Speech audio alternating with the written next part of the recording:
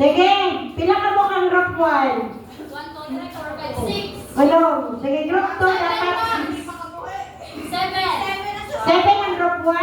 O dapat ang group 2 7. Group 1, pila ang group 1? Group 1, pila? 7 ang group 3? Okay, 7. O sige. Ang talong, ibaat na ninyo sa inyong hawak. Dayon pagbaat, ang kanang kalamansi, inyo na iguon sa inyong talong. Abot diri dayon, sunod na pa dito, iatag ninyo yung talong sa sunod. Yay!